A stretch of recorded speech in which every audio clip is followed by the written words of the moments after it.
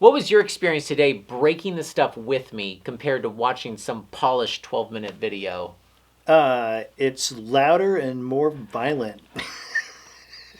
It's pretty loud. I mean, the audio is good in your videos, and it's pretty loud, and you like see it spraying away. But I mean, it's like a The nylon's really loud. it's like a 22 pistol shot. Welcome to a How Not To podcast. If you didn't know we did podcasts, neither did we. But we thought you might enjoy. Number one. But we thought you might enjoy this. I'm with John Godino from Alpine Savvy. You might know that name from Instagram or his website, where you have over 500 articles that you've put out on tips and tricks in the mountains.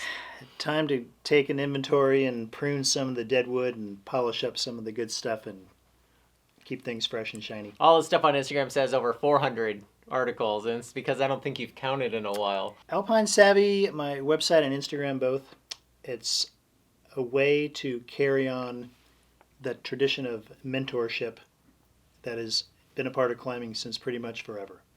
Yeah. You know, if you want to go out and learn how to play golf, you get a bucket of golf balls, you go to the driving range, you hit golf balls by yourself, and you can kind of figure it out. And if you make a few mistakes and shank some balls, no one's going to die. Climbing is one of the very few sports where that doesn't work too well. And you have to learn it pretty much one-on-one from somebody else.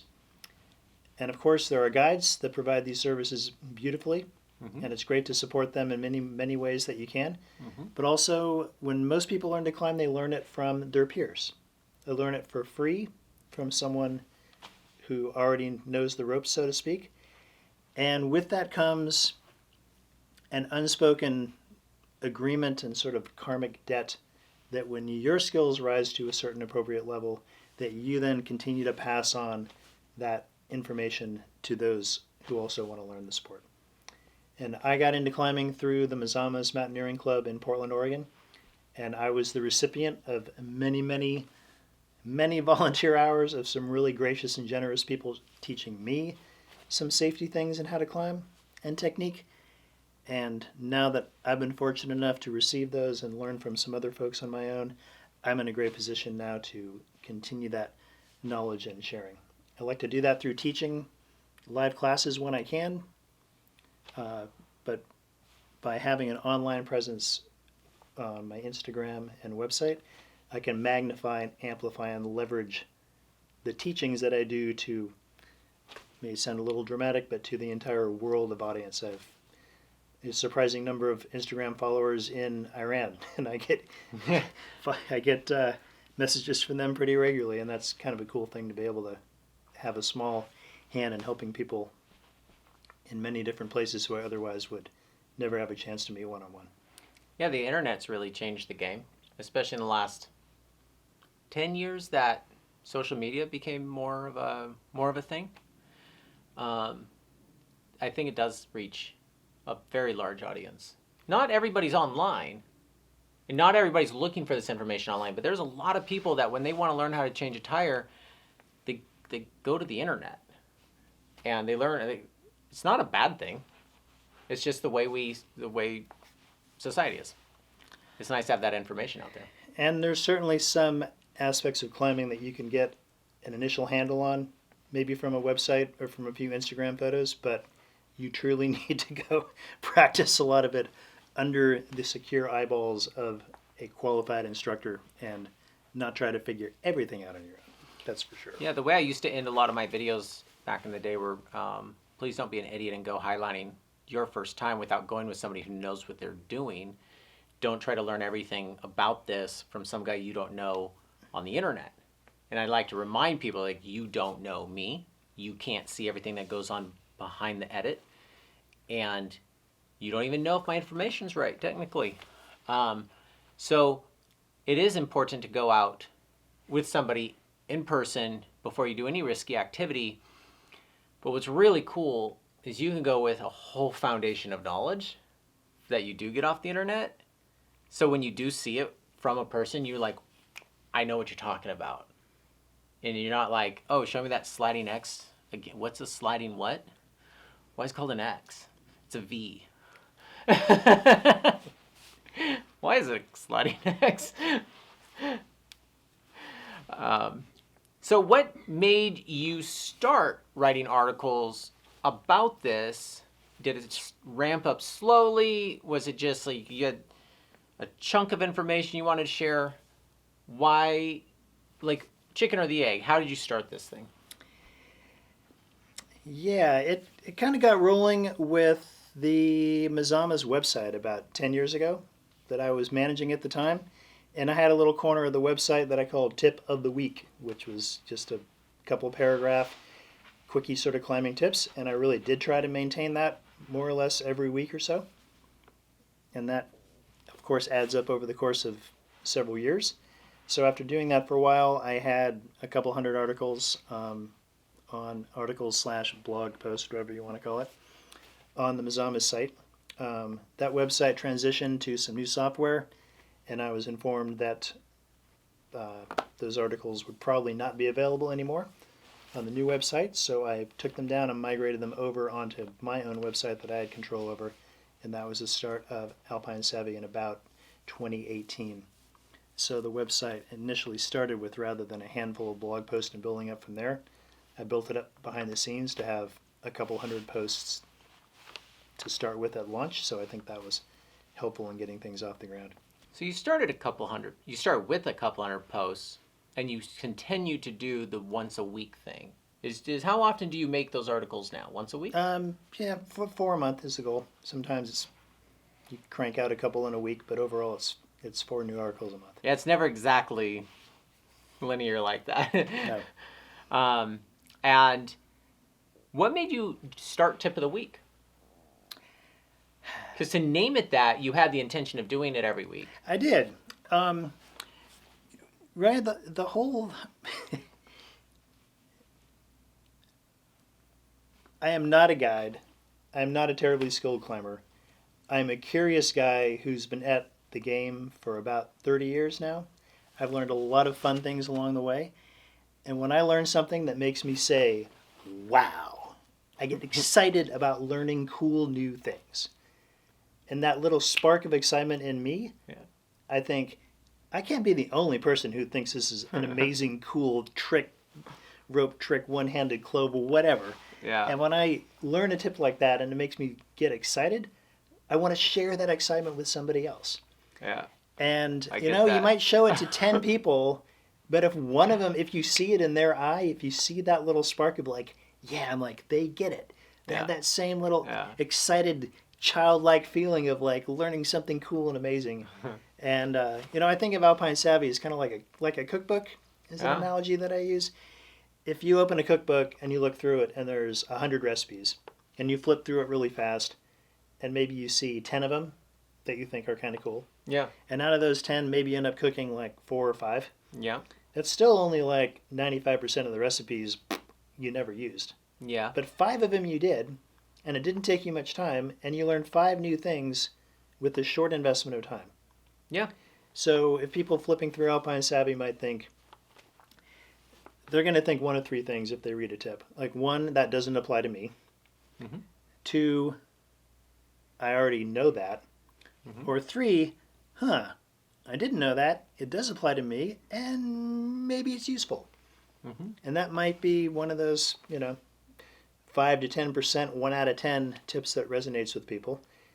But if there's 500 tips on the website, if 10% of them turned out to be useful, you just learned 50 new things for free. Yeah. And that's pretty cool.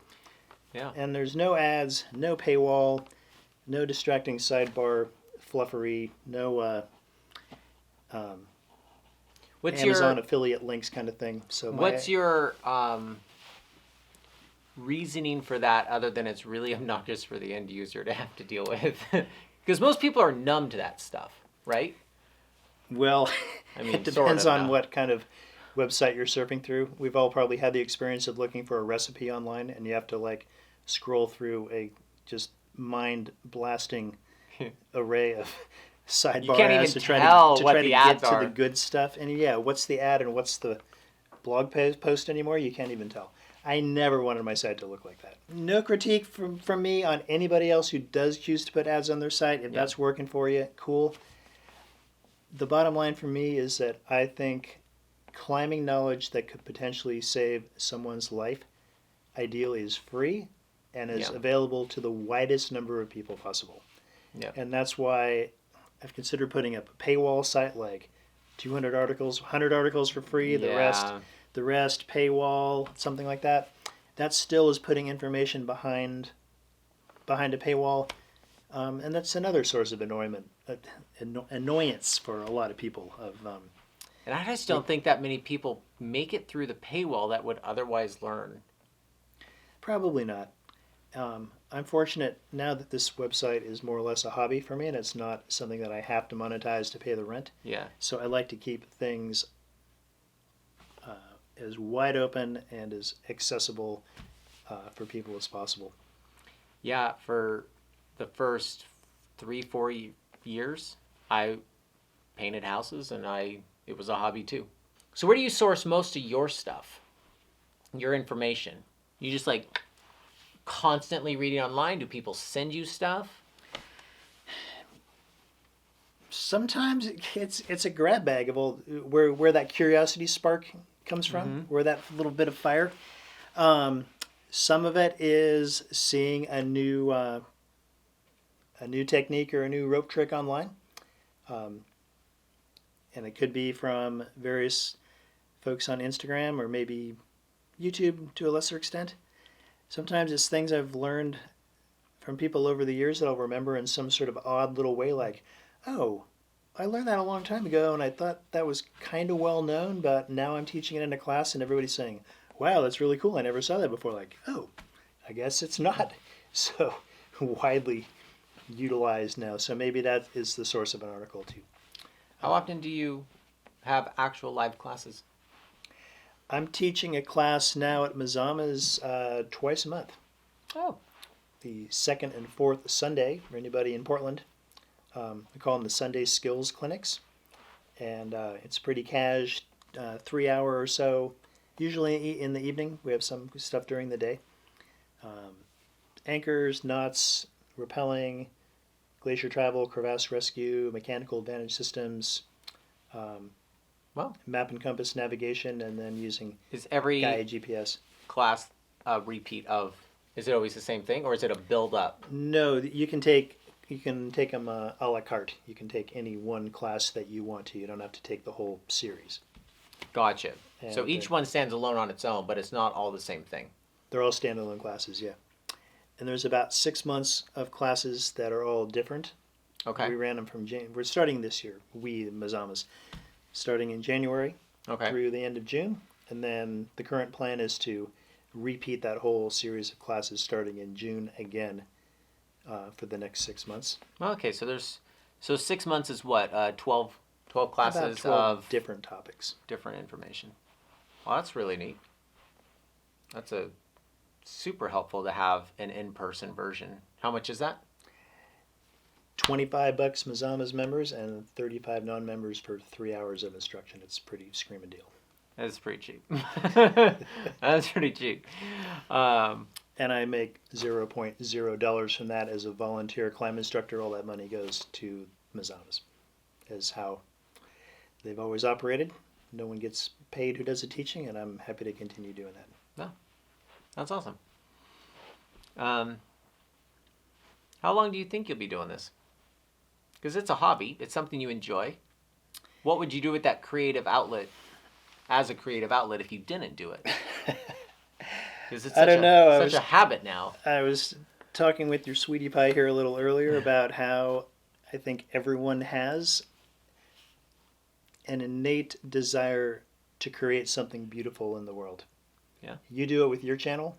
Yeah. You know, you do it with your channel. It's making art. Cooks do it with making food. Mm-hmm. Parents do it sometimes with loving their kids and being a good parent. And it's sort of making and leaving the world a little better place than when you first started. And that creativity and wanting to beautify the world can take many, many, many different forms. So this is currently my outlet and way of doing it. Hopefully leaving the world a little better place in a small way for a small little niche of people doing this wacky little sport. And as long as, You joke about going down the rabbit hole. You start a test on one thing that you think initially is going to be a pretty simple question and pretty simple answer. And an hour later, after you've done a few tests, like, well, now I have like 5. I had one question when I started. Now there's 3 or 4 more. And expanding your knowledge about climbing so often becomes that. You start researching a particular flavor of anchor, and that turns into, oh, well, what if we combine that method with this method over here? Has anyone ever done that before? Okay. Oh, yeah, they do that in Germany that way. I need to start looking up some German articles and maybe translating those and figuring out. You've translated stuff before, right? I have paid for translation of Italian videos and some French anchor-related stuff. So, yeah, I don't see it ending. My curiosity continues to go and grow, and if for some reason it does, if I do stop adding to my website or Instagram someday, there's going to be a great repository there of info that I hope. Somebody finds it and there's 1,000 articles, like, that's really helpful for a long time. I like to think so. And a lot of blog posts are kind of, I think the blog phrase is evergreen or not evergreen. Yeah. I like to think of the stuff that I'm posting as generally mostly useful green for a long, long time. And if it's not, and if I do go back and look at some 4-year-old posts and things are outdated, I prune them or edit them to make them current, not just. So you're gonna do some house cleaning on probably that first time to, or at least add some better photos. Yeah. Yeah. We just today broke some girth hitches. We just kind of chased the girth hitch rabbit, and we did 3 of each Dyneema, 3 of each in nylon. We have all the data up there. We tested it girth hitch to a hanger, to a carabiner or a rappel ring, sling against sling, and a girth hitch master point.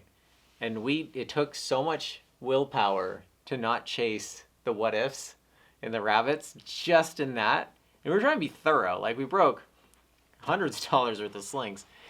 And I think the information was super interesting. All the data's up there on the whiteboard. But I'm trying to answer every question ever asked about gear. Stuff that we don't have the answer to today as the end users, at least. There's always somebody who's done some tests out there, but it's either behind paywalls. I don't know where they're at. That's the issue with paywall. Google doesn't pop it up, right? It's kind of like hard to know it exists. It's not because I'm too cheap to pay $5 or $20 or $100 to read it. And so, yeah, it's fun to find out what questions exist and then try to answer them. And we just left with more questions. And we answered some. Some things are satisfied, but now we have a whole bunch more. Yeah, curiosity never ends. Yeah. And if you're curious and have a means and a tool to share with other people, hopefully a handful of them might find it useful and intriguing as well. We enjoyed walking around the outdoor Marymore climbing wall area. And we did a really interesting test that you brought up. How much force is the anchor seeing if the rope's going over an edge? And that was a perfect place to test that. Yes, indoor and outdoor fun today. Yeah, it was nice to get outside. It's the first nice day of the year. We had 80 pounds at the anchor when it was like almost 90-degree angle. And at a 45-degree angle, it was about 130 pounds. And then it was about 190 when you were just hanging straight on it. That's a difference. What's the math on that? 50%-ish? Yeah, that then one rope edge thing was, that 90-degree angle took about half, more than half. It's statically sitting on it. So if you have a lame anchor, and you can shimmy over the edge without putting too much outward force on it, once your weight's over the edge, your anchor's seeing roughly about half of your body weight load. And all you have to worry about now is your rope rubbing through. Or your friend's rope. Or your friend's rope. Or your girlfriend's rope in this case. Yeah, sorry, babe. And, but what's interesting is you can actually double the force on that anchor if you keep your feet on the edge as you rappel down. And Brent demonstrated that in a video we made at his house when we made the Canyon Course series. That's definitely something to keep in mind with that. Something I desire to have is an A to Z thing for these sports that I cover, but I feel like there's already other places that people can learn. I don't know where they are. I don't pursue that. I already know how to climb. I don't know where to learn how to climb. We're considering, Bobby and I and some other people, considering about making just a sport climbing, basic sport climbing, intro to sport climbing.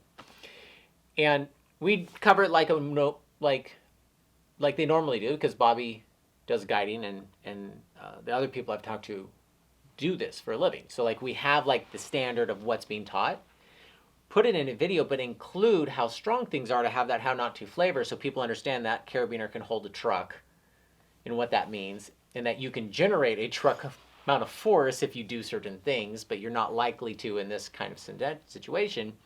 But if you're top roping and you climb past your anchor to get up on a ledge and then fall after clipping a personal anchor to it, and you fall on a personal anchor, it's going to hurt. And why? And what a fall factor is. Because how far you fall is irrelevant. It's how far you fall relative to how much rope you have to catch you. And so like that stuff's, to have people truly understand how something works is my desire, but I also like answering every question we supposedly don't have answers for. It's a very ambitious goal. It is, especially when you start to do it not just for climbing, but for every sport that you more or less uses ropes. Even, do you know what saddle hunting is? Like climbing a tree and sitting in a tree stand? Waiting for the deer to come to you. Yeah, is that what saddle hunting is? It is. And I didn't even know that until saddle hunters hit me up asking me all sorts of questions about gear, because they're playing in an arborist world with personal anchors, fall factor 2 risks and stuff, and they're not arborists. And they have some videos that float around the internet for saddle hunting about like technique, but they don't like, how strong is this? They're not used to maybe trusting their life to a rope if they never climbed before. So I like to focus on the main climbing, canyoning, caving, slacklining sports. I'll go deep in the weeds on those, and then I'll dabble, and I may make a saddle hunting one. I may make the kite foil. Well, you guys spent some time in a sailboat in the last few days and learned all kinds yeah, of yesterday things, I spent time on top of the mast of a sailboat and learned. Of course, there had to be climbing involved. You just didn't want to sit on the deck all day. Yeah, I wanted to play. But what's cool about cross-pollinating with all these sports is I try to make sure, like, my core audience of climbers, that's the majority of the people, it's like, hey, I know this is about wing suiting, kite foil? Kite foil, I think. Don't quote me on that. Anyways, I've never done it, but it looks I know great. it's about that, but if you're a climber, you really need to stay, because there's things in here you might learn, because you also use Dyneema, and it's really hard to like stay to cross-pollinate yourself. Because I'm learning tips from sailors, I actually found a way to hold a Dyneema where you can't put an ascender on it, you can't put a grigri on it, you can't tie a knot in it to terminate it after tensioning a zip line or a shower curtain for a mile-long highline. It's like, it's a problem not that many of us experience. But when I saw this meter-long clutch, you splice it like a whoopee, it's like, oh my God, it basically solved all of our problems. I sent it over to Andy Lewis, and he's like, holy shit, that solves every problem we've ever had. And sailors have been doing it for decades. And the only other guy that's ever rigged giant stuff before solo, him and I were like debating on like how the best way to do this thing, where you can tension a Dyneema line, and then you clip your webbing to it like a shower curtain and pull over your webbing so it never sags down. But if, like, him and I were talking about ways of tensioning it, and there's like, it's very limited. And this thing solves all of those. And I got it from a sailor. So I love the fact that I get to play in a lot of different sandboxes. They all have their own culture. They have their own politics. They have their own access issues. And if you've ever heard this phrase of study one religion, it'll take you a lifetime. Study two, it'll take you an hour. I have not heard that before. But if you study multiple sports and then you come back to the core one that you always liked doing, you're like, so big walling I'm coming back to as like me personally, I want to go do big walls. I got, again, and have aspirations to do some hard ones. I've got a background of other sports.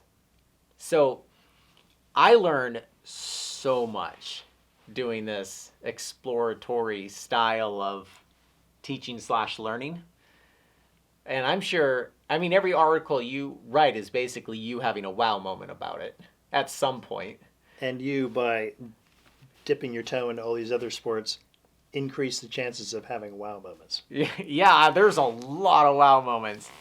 Yeah, you get jazzed about something and you want to share it with people too. I mean, that's the maintaining a constant curiosity is one of the core joys of life. And when you lose the spark of wanting to learn new things, then a little part of your intellect is fading away, and that's kind of a sad thing.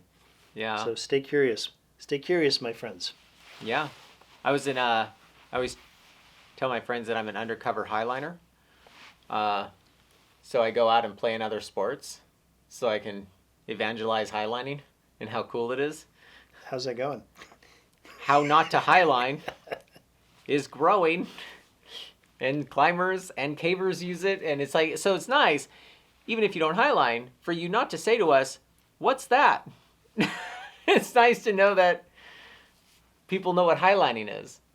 We used to have actually aggressive arguments about highliners using climber bolts because they thought we put this crazy amount of force on them and we were damaging their bolts and sharing space with people as like a sport no one's heard of. It's on the French. Well, initially I can see that there could be a little cause for concern there. Yeah. Right? And now, without proper testing. Yeah, and now we all know that bolts are super good enough, how much force we put on them, how to know if a bolt's good or not. Right now, my biggest project I'm focused on is the Bolting Bible 5.0. It'll be our 5th edition of that thing. And actually was written for highline-centric viewpoint because it was written for highliners. Until I met Bobby, I was like, why'd you read the Bolting Bible? He's like, because it was helpful. I'm like, but you're a climber. He's like, it's on Mountain Project all the time. I'm like, what's Mountain Project? So I was so into my world. I'm so glad you kept yourself away from Mountain Project for a long time. Long enough to know not to really get into it. And so... Just kidding, Mountain Project, there's parts of you that have been super helpful, and we love It's been helpful up to this point. It's been great to use it as a resource to see like where the questions are, where the myths go tangent. And then it's a great place for me to know what to go test next if I ever ran out of ideas. A small place to keep your finger on the pulse of the buzz. The forum, the old school forum world, which I have to say I do miss a little bit. The Super Topo and the whole the back and forth bantering that can happen. I had a friend about 3 years ago who approached me and suggested that I start posting on Instagram, and at the time I was really focused on my website. And Instagram can be a lot of sort of self-absorbed narcissism, shall I say, of look at me. But there also can be an aspect of that for learning and teaching and sharing knowledge with people. And there's some other folks on Instagram that I've had a lot of inspiration from over the years. Dale Remsburg, Karsten DeLapp, Cody Bradford, Alpine to the Max. There's some other solid guides out there who are, by the way, far more qualified and skilled than I am, who are sharing some great information. And together we've fed off of each other and done some peer review along the way. Mm-hmm. And for now, there's a pretty good solid core of people out there putting out some, I like to think, regular, hopeful, and useful things on Instagram. And as we all get a little bit more skilled video production and keeping up with the Insta algorithm, that's going to continue to grow. But I do remember a few years ago my resistance to that, and my friend just was encouraging, like, come on, just dip your toe in the water, give it a try. Nobody was doing it at the time. If it works out, yeah, nobody else, I didn't have any model to look at to see what it was like. But she encouraged me to give it a go, and here we are with a lot of people in a lot of different countries kind of keeping an eye on. How many followers you got now? Or almost 2? Oh, coming up on 80,000. Yeah, I was following you around. I paid attention to your number around 20 to 30,000. And then I looked one day, because I haven't looked in a while at your number. I was like, wow, when did he jump up? It was a big jump.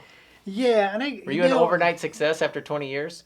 No, it's been a long, slow creeping upwards. There's been no giant dramatic viral post, or certainly not paying Russian troll bots to fluff up my Instagram account. At least I don't think I am. Growth on YouTube, at least, is very stair-steppy. It doesn't do this. It doesn't do this, but it definitely feels like this, and all of a sudden you're just whoop, and then flat for a while. Instagram, I don't really engage with the metrics that much. If I have something short to post, it's like that's the place I'll post it. Because YouTube Shorts, sorry, kind of suck, YouTube. You're just trying to copy everybody else. So Instagram's better for that. And I won't touch TikTok. If it's even legal to use that in a year. I can't believe it's legal to use now. What I liked about your content the most is that you've been around a long time. It's just a lot of social media people, they like, if you last 6 months, you make it to 2 years. If you make it to past 2 years, you make it to 5 years. Most people fall off the wagon in there. Well, maybe because it's hard to generalize for a lot of people, but maybe a reason for that is if you're simply putting up vanity posts about. No, I was gauging off of how-to videos, how-to slack lines. Okay, someone putting up helpful videos, constructive content kind of stuff.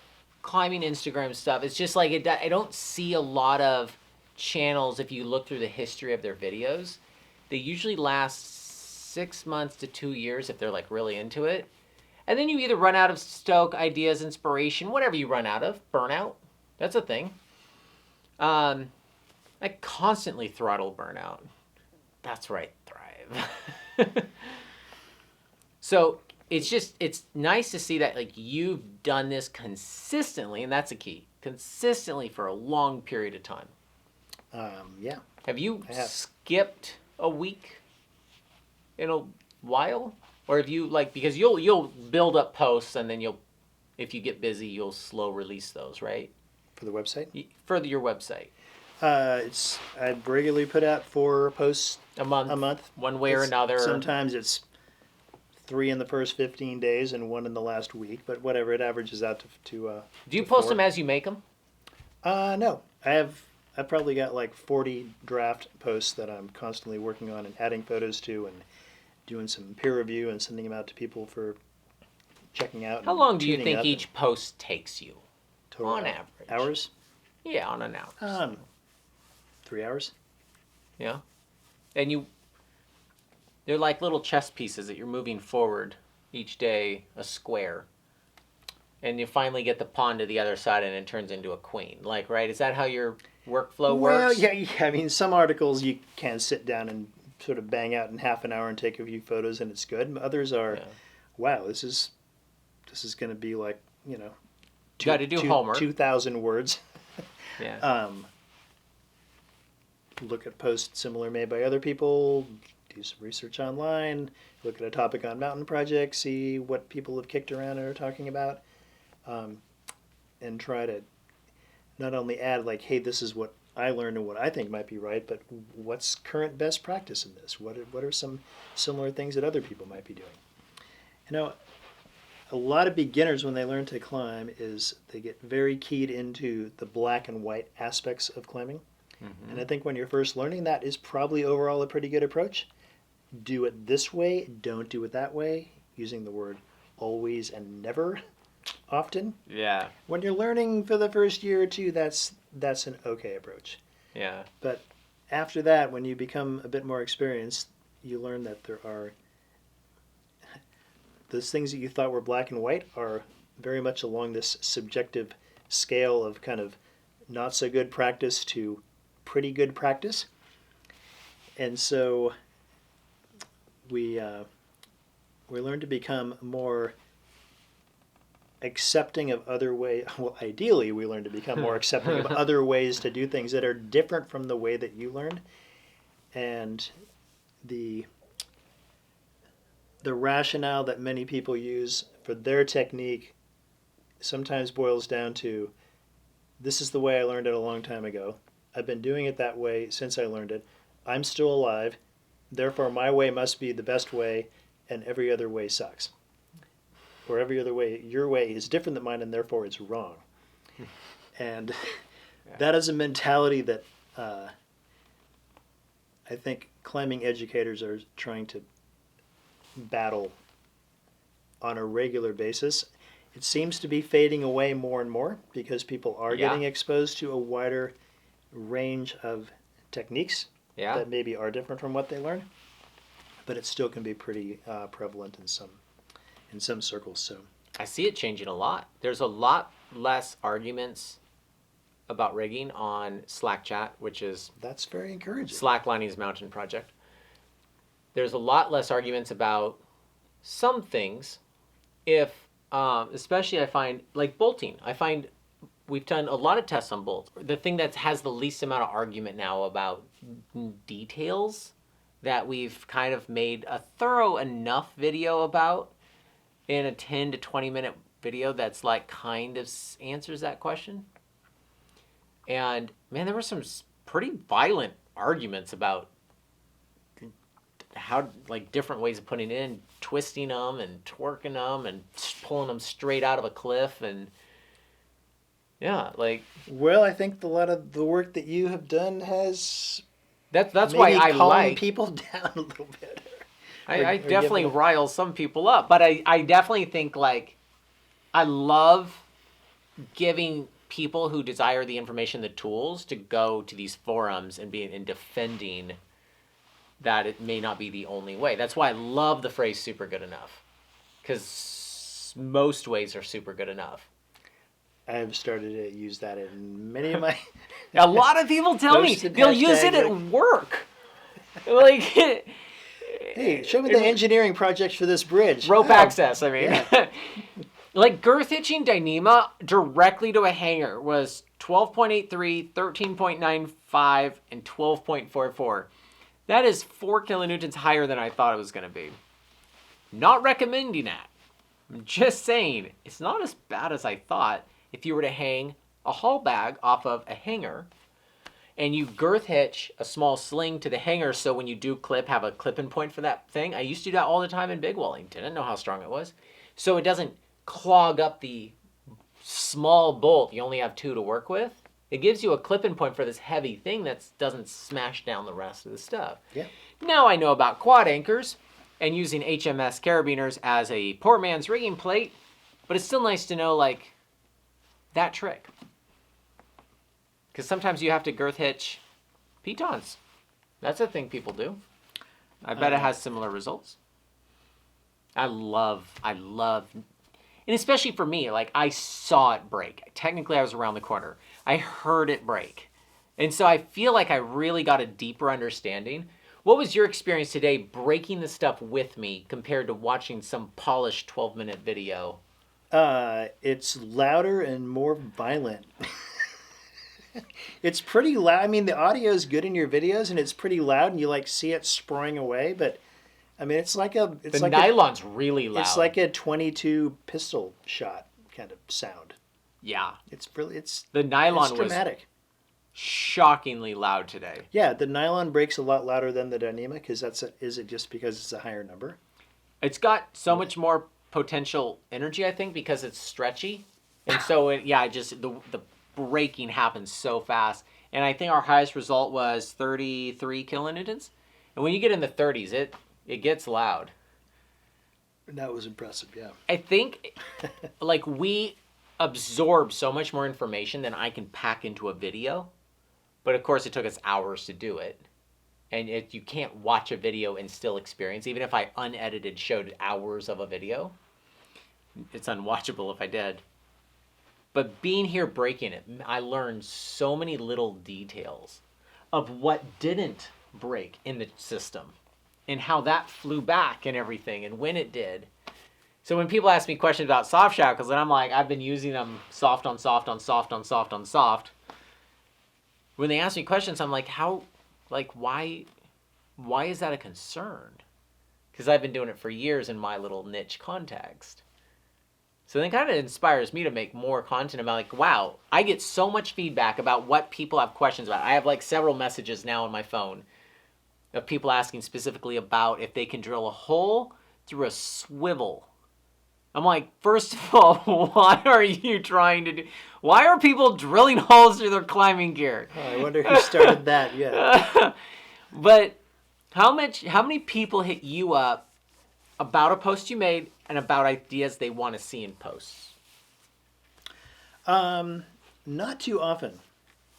Really? Actually. Yeah, and I don't solicit them. I don't say, is there an article that you'd like me to write about? Please send it to me. I don't ask people for those. I've got about 40 draft articles that You don't lack ideas. That are in progress, and I have about 200 ideas in the tickler file, which are like a couple sentences long of, this would be cool to do an article on someday. Or here's a screen grab from this all in German video that somebody made that shows this cool way of tying an auto-locking munter hitch. I should look into that someday. And basically there's 200 plus articles in the hopper, and I'm not in need of any. I do have a list like ideas. that. But that hopper list comes from people constantly throwing ideas. I mean, I answer every message, I think.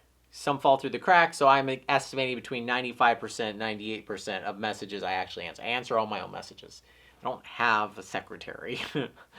And it's always important to answer your own message, open your own mail. You have a pulse on your own business, right?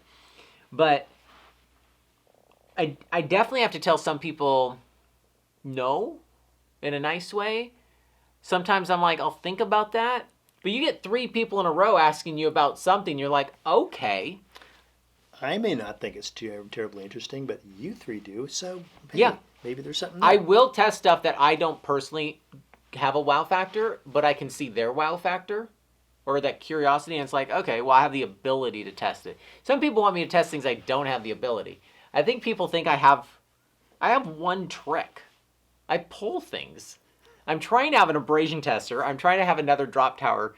Or they might also think you have access to a climbing warehouse full of free gear down the street, and you can just go down and pull out $100 cams and break them whenever you want to. What's cool is people will donate. So we have a send us your stuff program. People will send in their stuff, and sometimes I'll break it right when I get it because they're curious about something, and I'm like, okay, I'll test that. Other times people will send me cams they're going to retire. And I'm like, I would love to have that. I will not break it when I get it.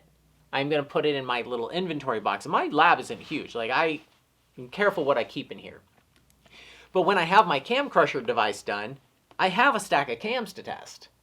And those people have probably waited 2 years for me to test these things. And I keep their names on them, and I let them know when I eventually get to it. But I love having a stash of different weird ropes and different weird gear. So if it's relevant to a video, I can do it. Sometimes people wait years for me to get to stuff, but that's because it's in the hopper. Please be patient, folks. It's a non-profit organization. Yeah, it is a no-profit organization. I have also about 40 or 50 episodes that are usually filmed that I have to edit. I have 40 or 50 videos that I'm currently either scripting or collaborating with or collecting the gear for. And then I have hundreds of ideas.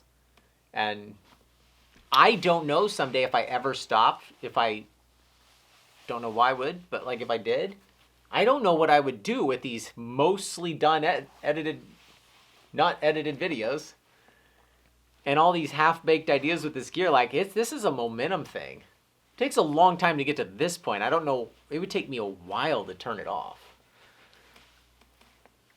Sorry, babe. I don't know if I'm ever going to stop. I know. You knew that when you signed up for this. I have a huge respect for people who are creating purely their own content all the time and putting it up, which is kind of I'd like to think the original intent of Instagram and most social media. Yeah. We all know those climbing accounts that basically steal photos from other people. I mean, repost. You can call it whatever you want. Let's call it reposting, usually without permission. And I've seen some of those accounts that have multiple hundreds of thousands of followers. And I get a little ticked off about that. Not that people have, of course, they've occasionally stolen my stuff and used it without credit, but it's more the idea that you can go out and rip off great work from other people without ever telling them that you're using it, post it pretty much as your own content, and people are rarely discerning enough to notice that or to care about it. And if you follow people like that and you like it, that's cool. But if you do follow people who also are clearly posting a lot of their own stuff, like Karsten and Dale and Alpine to the Max and Cody, rest in peace, our dear friend, and me, let them know that you appreciate what they're doing. Give them a follow. Recommend the people who are truly putting out unique stuff on their own instead of just swiping it off the web. End of rant. Thank you. Do you have any comments on that? You've always asked for permission from the people you're reposting. I very rarely. I've started to do a few more collaborative posts, and that, of course, has to involve permission on Instagram. Yeah. But if I ever want to use somebody else's photo that they've already posted, I always ask first, and I always post, this is from this person's account, shared with permission. Andy Kirkpatrick has been very generous with me and me using some of his great diagrams from his books. I think he's a fantastic illustrator. And so, ask first, be courteous, and don't steal stuff. I sometimes will repost something to build off of it. I don't find any joy reposting other stuff. It's like I feel like that box has already been checked. I have so much stuff to do that hasn't been answered that I crave to make original content only.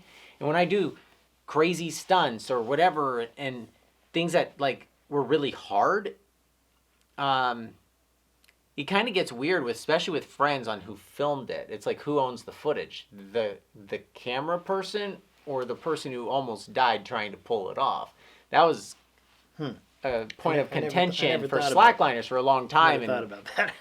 So you have that aspect, and then you have people reposting it, and it's weird. Like, I was married before, and I got married on a net, and that gets shared a lot. I mean, it got shared yesterday again. It's just, it'll never die. And it was like 6 years ago, and it still gets shared as if it's like the first time anybody's seen it. And the thing will never die, and they just repost it. Sometimes they tag, sometimes they don't. I don't really care if they tag it. I'd prefer them not to at this point, just because of the kind of content it is. But it's crazy how Instagram creates that culture of just repost accounts because they don't have their own content. You can build off of somebody else's stuff. That's great. But it's so nice when I see an account just like do something original and then share it.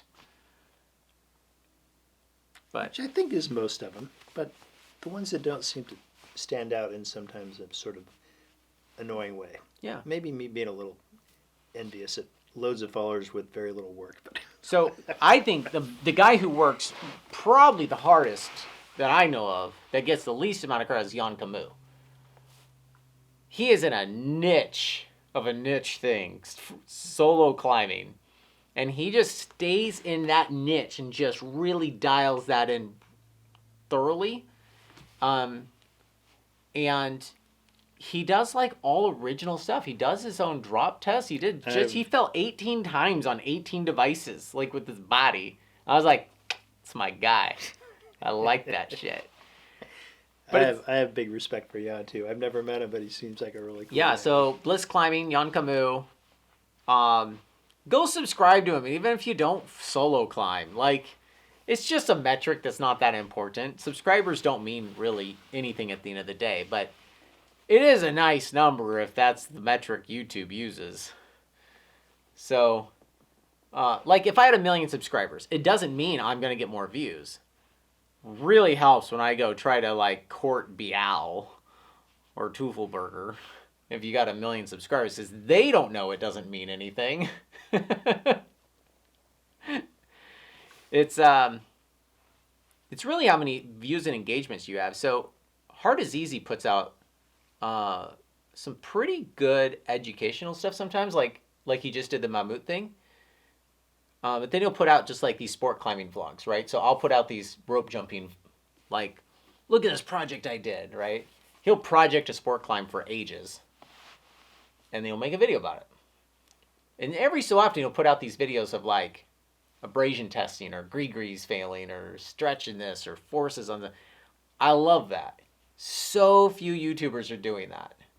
He has an interesting educational angle to a lot of stuff he puts out. Yeah. And he's, we were talking about it earlier, he's really found kind of a balance between sort of beginner level content, but still in an educational, Yeah, he got it somewhat more in the weeds on how dirt affects climbing ropes. I think I like when it got deep enough that kept me interested in watching. He definitely has a few of those too. But it was still, a newbie would find that interesting as well. I think that's why his channel does well, is because it does appeal to both new people and experienced people.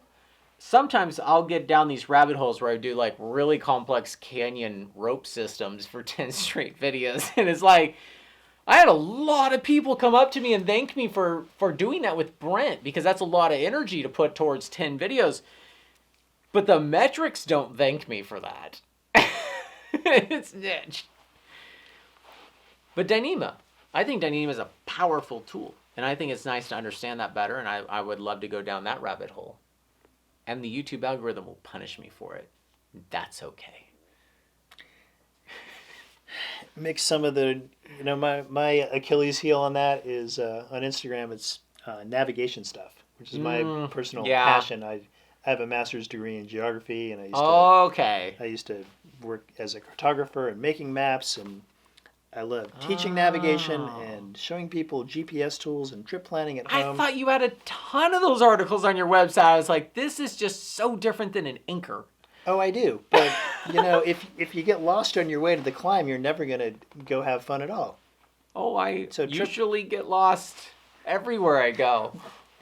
So I'm big on, I love the trip planning and sharing that aspect of it too. And so that you don't get the metrics for that? No. People are not too keen on, here's how to use Google Earth to like plan your next climbing tool, or like how to draw a GPX route in Google Earth, and kind of nerding out on navigation stuff. That has very low engagement on Instagram compared to, here's a girth hitch anchor, tell me what you think.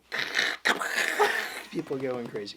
Which is literally what we mean. But which one is going to be like more useful and more important to you as over the course of your life? Not getting lost, or like nerding out on an anchor that you probably don't even use. Yeah, so, but I'm with you. Sometimes I feel a passion to like, of course you have to share things that may not be super popular. You try to go for a balance of the what you know is going to drive some conversation. So interesting that navigation is your Dyneema. And so I do one for me, one for them. One for me, one for them. One for me, one for them. Okay. So I keep growing. I like that. And that's why I like to try to post 8 times a month, whether it's the Clips channel, which is the other smaller channel I have, and then you have the main channel. It at least gives me a place to post the stuff that's like not as mainstream, but I still want to just be on the internet. And someday that might grow, because that might be where the niche stuff goes. And if you love niche, that's where you might go someday. But one for them, drill holes and carabiners. 200, 300,000 views on something that's... Is that what you got on this? Oh, yeah. It's, the alligator. Yeah, it was ridiculous. Yes. Where is that? Right Up to your left. I love this wall. There's a little bit of carnage on it. So many holes were drilled in this carabiner, which is fascinating. Not that you're going to drill holes in carabiners, hopefully. But well, just like, what if you did that? And it's so neat to find out and then have a result like this is so cool. The drivers of curiosity is what just keeps you getting up in the morning. Yeah, so I've never been curious about this. But then there's, the Petzl one has that one hole in the corner. so you can like run a little string on it for the micro traction, Yeah. drop things. And it makes you wonder. And so when you see something pushed to the extreme, you're like, yeah, I mean, I wonder what would happen. But then nobody cares about this. And this is so cool. Yeah. That is a thimble Qu'est-ce que c'est? for a soft shackle so you don't have to tie a knot. And everyone's like, that's not cool. No, it really is. There's an application for this. Believe Only me. for Dyneema